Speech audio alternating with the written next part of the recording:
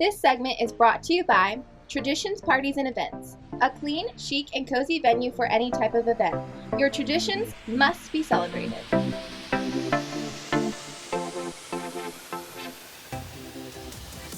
Hello, Paso. Welcome to another segment of Local Icons, and we have a very special guest today. But before, I'd like to introduce my very beautiful co-host. How are you, Miss Tony? Lewis? I'm doing good. You look beautiful as always. Thank you so much. El Paso, I am so excited to be here, Tony, because we have a very special guest tonight. Most of you might know him. I think everybody knows him from our own Sun City, the best, our favorite DJ, Johnny Kage. Welcome, Johnny Kage. Come on in, come on in, come on in. What an honor. Hello, Johnny. Hi guys. How are you? Turn off the fan. Have a seat, brother. Have a seat.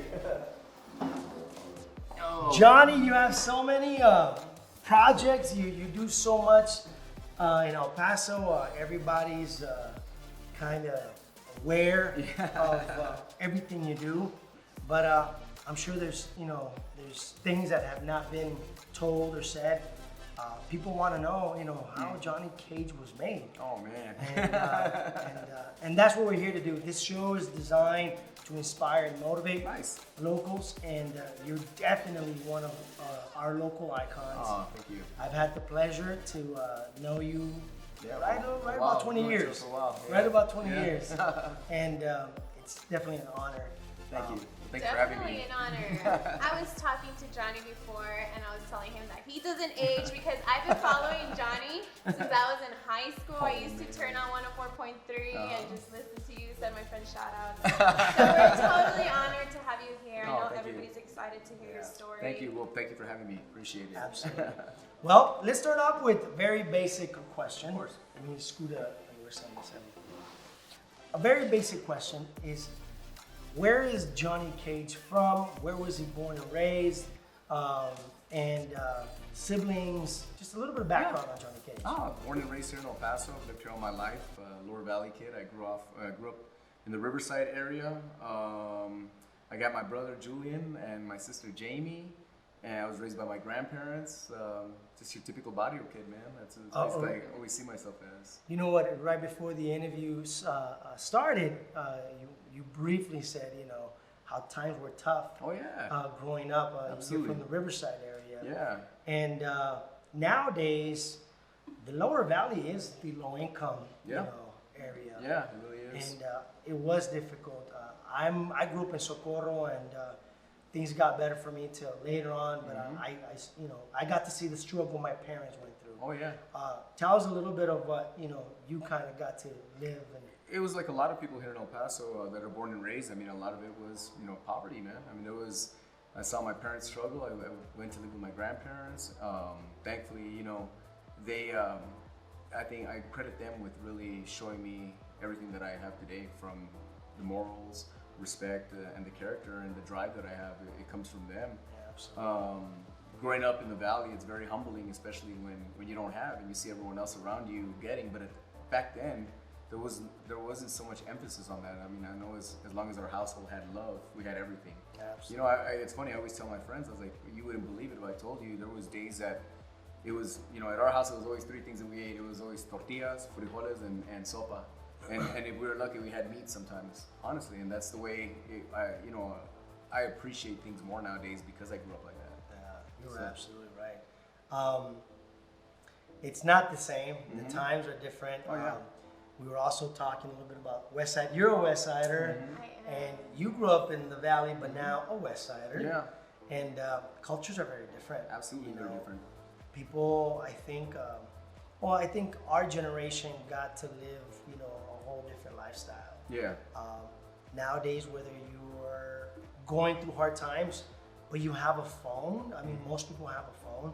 That's good enough. That's enough entertainment. Yeah. We didn't. I mean, we had to go outside and get dirty. But I think it also makes it more difficult now because social media is involved. Oh yeah. So you see the lifestyle and you see it. So I think it's now harder for kids growing up in poverty because they have access to, looking at people supposedly living a Comparison. good life. Yeah, and they don't see the full story of the come up, That's what I have a 16-year-old son, and I always tell him the same thing. I'm like, you know what? You don't see the struggle, you see the glory right now.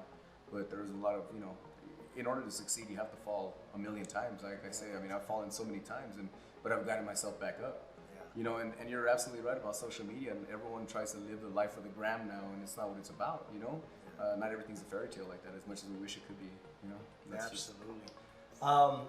I mentioned also earlier that when I first met you, months before, maybe weeks before I was walking down the mall, and there was a huge crowd around an artist, and I kind of peeked in, and it was a Beppo. Yeah. And I said, "Who is this cat?" Yeah. And it was you, man. And it just turns out that months later we got to meet, and ever since, I've had some sort of friendship with you. Yeah, absolutely. But tell us what was that all about? I had just gotten signed to a record deal with one of the record labels, the house record labels, that had picked me up to do a couple of CDs for them. So I was doing an autograph signing for my CD. It was actually out on I think that was from UC Music, so that was part of Sony, a division of Sony.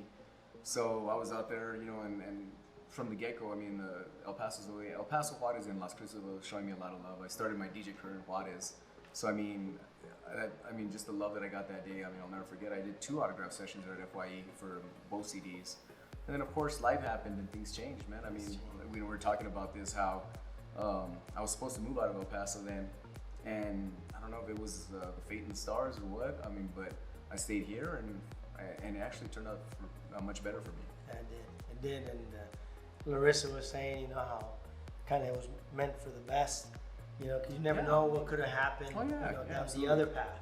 Yeah, I believe things happen for a reason. I was supposed to move to Chicago, and sadly, the owner of that record label died a short time later. So I put myself in that situation. Like, what if I left everything, moved out there? Then where would I be then? I mean, I had a promises deal, and everything that I was, promised to have, like, It wasn't gonna happen. It wasn't gonna happen after he passed away and the label went under.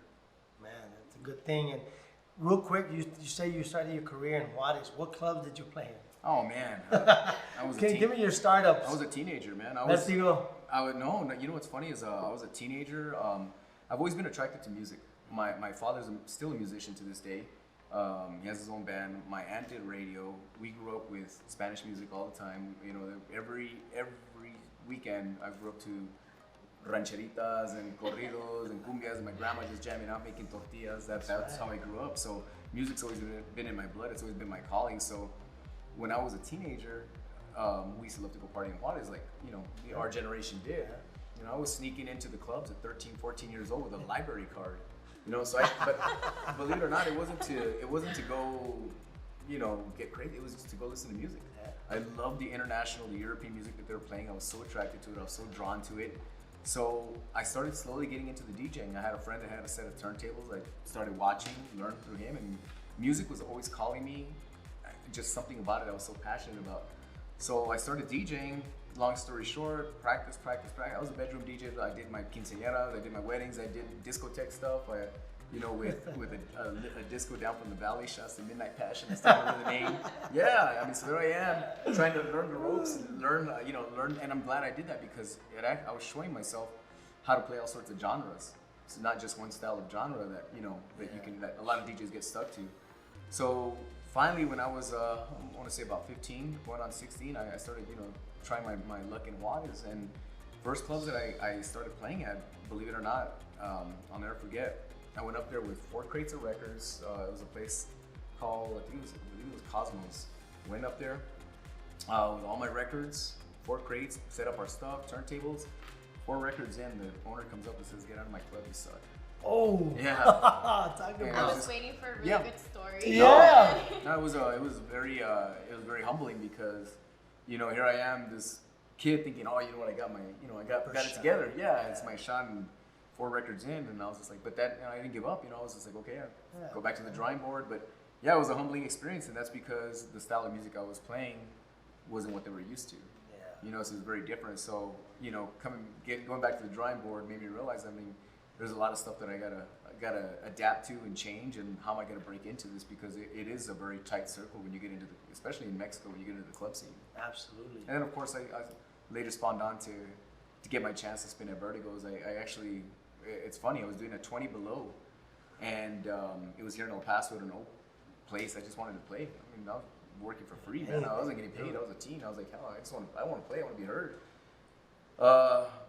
Turns out, long story short, the owner heard me, said, hey, you want to come try out my club? And I was like, yeah. I was like, I didn't know what his club was at. And So now, how did Johnny Cage? Oh, the name. Okay, so The the name. name. It's funny. I always Because get I that. think. It was right around the Mortal Kombat time. It was Yeah, right I around was that, about to and say. I was, I'll never forget, I was DJing at a car show. Yeah. I was a young cat. I was DJing at a car Hold on, show. so hold on, before you move on. Mm-hmm. Before you became Johnny Cage, what was your name? I didn't have a DJ name. No? I was. It's funny because I was always like, and it's funny because. Can we know your real name? My name's John Vasquez. Vasquez. Vasquez is my last Vasquez. name. Yeah. So I always get that. They're like, my joke is I was like, I had to get a white name to slip in with the gringos so that way I could be accepted. I came in through the back door. I know how it is, man. I believe that there's not a door to create one. That's how it's always been. So. And we made one here. Yeah, exactly. So honestly, like with that, I didn't have a DJ name. I mean, we had been tossing around names. I was like, okay, there was one that I was leaning towards, and I'm so glad I did. I was gonna go by DJ Rio. Real? Yes, I would have been like, I can only imagine the jokes my friends would have picked on me now. The real deal. I can only real imagine. deal. I was like, I'm so glad. He ain't that real. So no, yeah, right. So I was at a car show once, and I was DJing, and I had these glasses. I'll never forget. They were shiny silver, and my hair was spiky. And the guy looked at me. The cholo that was announcing. He's like, hey, vato, you look like Johnny Cage, bro. That little monito. And I'm just like, you look like. And it was like the little monito on Mortal Kombat. And I was just like. So he would throughout the whole time he was calling me Johnny Cage, and se me quedó. What? Yes, and that's how the name. Did people buy into it right there and then? Yeah, absolutely. Oh, snap. Yeah, I mean, and I've always been one to. You always got to think outside the box as a youngster in this game. I already knew what I wanted to do. I already knew, what I was gonna. I was like, this is my plan for El Paso. This is what I'm gonna do. Yeah. I want to spread my wings here. I want to, grow my family here. I want to take the city and make it shine, because El Paso was so 10 years back. We'd play new music and it'd be like, what the hell is this? Yeah. If they weren't hearing it back then, it was only one radio station. Yeah. If they weren't hearing it on that, it was garbage to a lot of people. So there was not even a lot. There was just a handful of DJs that were pushing envelopes of new music. So that was one of my things. That was my motivation. I was like, I want to get on a bigger platform, and show people there is different music out there. There's open minds, not just of what you hear on the radio or what you hear on TV. That's not the only thing that's out there. That's why I embrace so much of the new stuff that I'm just like, okay, cool. This is where this generation is going, because music's always evolving. Yeah. It's not. You're always gonna have your radio hits. But there's so much more music out there that people don't know about. Yeah, absolutely, man. You said right now, Larissa was probably too young back then, but I left in '97 to California, and came back in '99, and then kind of was back and forth for a couple of years. But right around that time, man, living in California, the Euro cars and the music that was happening, rock en español was big, and then the raves had just started, all that stomping that was going on. I would come visit and none of it was here. Like, none of it was underground. Yeah. So then I remember one of the first few people that I heard speak about it and play it was you. Yeah. It was you, man. And people would get down even in Juarez with your stuff. Oh yeah. No, it's not my first rodeo, man. Like I tell you, I'm a DJ, but I can manipulate all forms of music. But my love and my passion has always been house and dance music. I love it. I love house and dance. And since I heard it as a kid in the late '80s and the '90s, I was like, this was my calling. This is what attracted me. It was like the law of attraction. It was like, this is what I want to be a part of. I need to focus around it. Radio was so corporate America. Radio is corporate America. I'm blessed to work for Mexican radio. My company is Mexican owned and operated. So when I came about 104, I was always that little thorn in the other radio station side, because I was like, I know what I'm going to hit you with. I'm going to hit you with something different, and it's going to work. That was always my mentality, because I tried out for the main radio station here back then, and they made a mockery of me. They hated me. Basically, the program director back then did not like me, would always try to just somehow belittle me in some way. And I was like, I'm gonna get into every club. I made it a point at one early in my career. I was like, I'm gonna make sure that everyone knows who I am in the city. That was my goal, you know, and this was way before 104, man. I mean, I was doing parties, I was passing out flyers, handing out mixtapes, because it was cassettes back then. Then, you know, doing things, you know, just the old, we call it guerrilla marketing, man, but that's what it was. Going to the mall, passing out flyers, going to the girl stores and says, hey, can I provide music for your place? And they're like, what do you mean? Well, here's my mix, you know, can you play it? And they would love it, you know? And I became friends with a lot of these girls that, believe it or not, Laura Rayborn, me and her became friends, and we spawned from there. Different owners from places, venues that just connected me to people that I needed to be connected to you know, take that different step, man. So it was a lot of work, but worth it. You've had a journey. We're gonna throw 2 or 3 more questions, and I'll let Larissa kind of get ready with your last few. But I want to touch a little bit on 104, because 104 was yet another phase in your life that kind of spread your wings. Oh, yeah. Big. Yeah. And did somebody call you up? Did you just decide to go apply? What happened? How did you end up at 104? I had been doing Mexican radio on 107.5 Vida as a mix show DJ. So what that is like on Friday and Saturday nights they have mix shows. So my buddy Danny Piseno was a producer. Him and his brother were producers here in El Paso. They lived here for a very long time before they moved to San Antonio. Said, hey man, he had seen me. I was working at All That Music, a record store. I was in the record department. We chopped it up one day and he liked my vibe and he's like, hey, why don't you do some mixes for me? Because this guy's approaching me in Juarez that I know that wants to do mixes on the weekend. I was like, of course I'm gonna do it. So we used to record our mixes during the week, and then me and him would drive over to Juarez with cassettes. Or every Friday we used to drive over.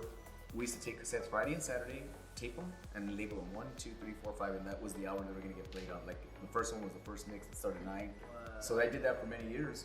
Well, lo and behold, I was working, well, not really working because I wasn't getting paid. I was literally doing mixes for the company that would eventually own 104 later on. So I did that for a couple of years with them. I want to say it was like 98. I started doing that. And then in 2000 or 2001, I was doing a guest spot at a Club 101 on a Wednesday night. And the owner of 104 was in town and he heard me. And he talked to me and I didn't know who he was. I was just, that's why I always tell everyone, be nice to everyone you meet because you never know. Yeah. You never know what bridge you could be burning right there or building. And I talked to him, shook his hand, and we chopped up about music. And he was like surprised that I knew about like a lot of 80s and a lot of music, and I was well-rounded. So he's like, hey, let me get your number, blah, blah. And when they started the company, when they started in 2002, I heard 104, and I was just like, man, I want to be part of this station. I want to be like, because it was very different. There was no DJs, it was just all music. I wanted to be part of it. I heard that they were playing dance music, and I'm like, that's different. That's me. That was all me.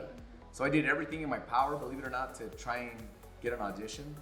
I finally get an audition because our corporate is out of Mexico City. So here we had a corporate which was here in Juarez. So they drove me to Juarez. They did a casting call for DJs, for on-air DJs. To talk on the radio. I was like, I want to do this. So me and 6 other people went over there. We auditioned. They'll let us know, blah, blah.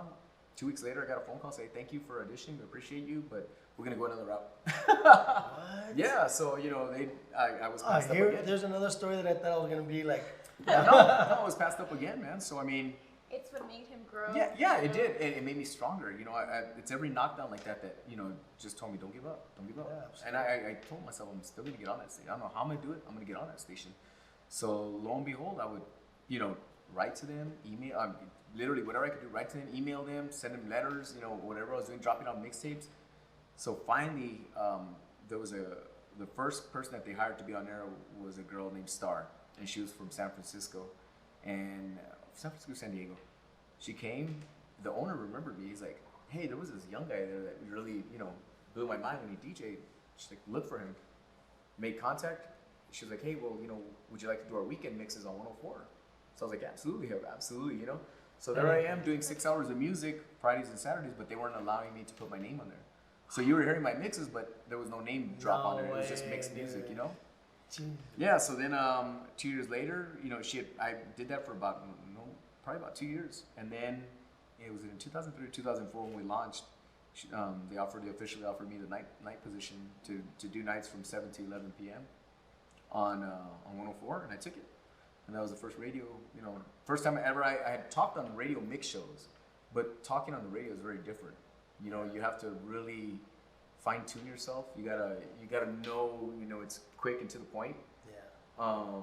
And getting my feet wet at night was perfectly where I needed to be, because it allowed me to be myself and let me be the clown that I am. I like to be funny, just have some laughs and enjoy my listeners. And I really learned radio through that for several years. Do you have YouTube videos rolling out there of you playing? No. Back from the day? I just have videos that I have. Like, I have stuff from Juarez, but I have it on little old, like 8 or 9 millimeter, whatever they are. The little those tapes? cameras. I have some on VHS, believe it or not. Really? You know what's funny is that when you talk about I'm so old school, man. When you talk about the FYE thing, it was so embarrassing. People had like little camcorders back then, My mom, I love my mom, bless her heart, and my dad, but they're so old school, and they literally had a big Channel 7 camera, and they were filming me at that thing, and I was just like, my dad was following my mom around with a cord. Oh, and I'll never my forget, because God. the people at that autograph signing, it was like in 2001, they're like, is that the news? I was like, no, that's my mom. I was like, that's my mom. Wow. So yeah, she's an OG like that, but yeah. We need that camera. We need to film some stuff here. We're In the calling La Johnny Presa. Cage's mom. Well, Larissa, any more questions? Do you have anything you want to know? I just want to say that it's a truly inspirational story, because you grew up in, mostly people would not want to evolve and grow the way Yeah. that you grew up. They would put that as an excuse. Yeah. But you had vision and you grew, and everybody knows you. So, do you have any upcoming projects right now? What are you working on? Well, I mean, right now I've been so blessed. I'm still with the morning show going strong. I got so many things that I want to do. I'm always looking at evolving. I mean, I'm on Siruis XM now. I'm a resident DJ for Pitbull's station. I'm on every Friday night. Let them know. Midnight El Paso time. I'm representing not only the El Paso, but the state of Texas as well. It's a Pitbull XM? Globalization. It's Pitbull's Globalization. It's on Channel 13. Channel 13 Siruis XM. XM. So I'm on Friday nights. So yeah, and then I Sweet. Go check it out. do different shows on there whenever they ask me to. So it's cool. I mean, I've been on there. I've been with them for 2 years. That's dope. So do I have goals? Absolutely. My goal is I want to do morning radio on Siruis XM. That's where I want to evolve to. I love El Paso. That's why I haven't left. I've had many opportunities, but I love the city so much. I love the people. I love Juarez. I love Las Cruces. I embrace all of it. When I represent for all the area, not just El Paso. I'm all about the 915. Don't get me wrong. But I'll never forget Juarez, because those are the ones that took me in and embraced me and, showed me a lot of love. Well, you're definitely an icon. And thank you, though. It's been a pleasure having you. I've had the honor to know you and been friends with you for a long time. Yeah, absolutely. What you've done for the city of El Paso is honestly very inspiring. Mm-hmm. I hope a lot of kids and teenagers out there watching can use this, for motivation. Absolutely. Honestly. And well, thanks, man. Thank you, man. And Appreciate don't it. thank me. I gotta thank the city of El Paso. I mean, because they've taken me under their wing and carried me, and I'm always there for them. And I always, we live by one thing on radio on our show is we're for the people, by the people. Without them, there is no us. And I really do believe that. I mean, think about it. If people aren't listening, then you're irrelevant. So I mean, look at the NBA now playing with no fans. yeah. They're trying to make noise. Yeah. I mean, we're all going through some hardships right now, but it's gonna get better. Absolutely. Definitely. But thank you for having me. Anything else? That's it. Thank you so much for your time. It was an honor. Oh no, don't thank you for my time. Oh, man. Thank you. Thank you once Appreciate again. it. Thank you. All right, everybody. That was Johnny Cage. We'd like to thank Mr. Johnny for being with us today. And you guys tune in next time for another segment. Let's see what's next in Live and Talented. We'll see you next time.